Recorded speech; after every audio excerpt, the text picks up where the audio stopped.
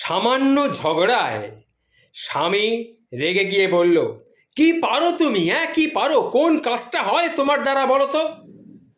স্ত্রী চুপচাপ, মুখে একটা কথা নেই, শান্ত দৃষ্টি। স্বামী আরও কিছুক্ষণ উল্টো পাল্টা তাকে বলল, কিন্তু স্ত্রী একদম চুপচাপ রয়ে গেল, শুধু মুখটা বিষণ্ণ।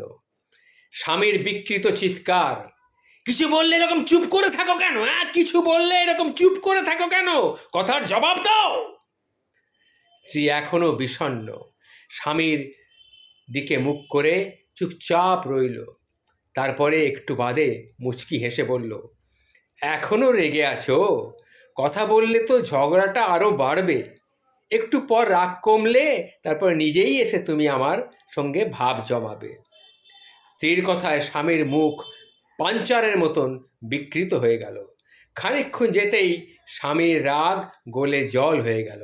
স্ত্রীর আঁচলে নোকটা পেঁচাতে পেঁচাতে বলল, তুমি আমার সাথে তর্ক করো না কেন গো? মাকে দেখেছি বাবার সঙ্গে তর্ক করতে, কিন্তু মা কিন্তু এত রাগারাগি করতো না, মাও মাঝে মাঝে চুপচাপ থাকতো।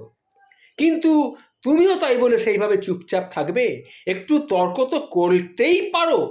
আমি যদি ভুল বলি আমাকে ভুলটা তো শুধরে দিতে পারো। হৃদয় জয়ী আমি, তর্ক জয়ী হয়ে আমি কি করব বলো তো?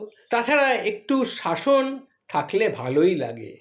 তখন মনে হয় আমার খেয়াল রাখার জন্যে, আমার ভুল ধরিয়ে দেওয়ার জন্যে একজন তো আছে। তখন নিজেকে খুব সুরক্ষিত বলে মনে হয়।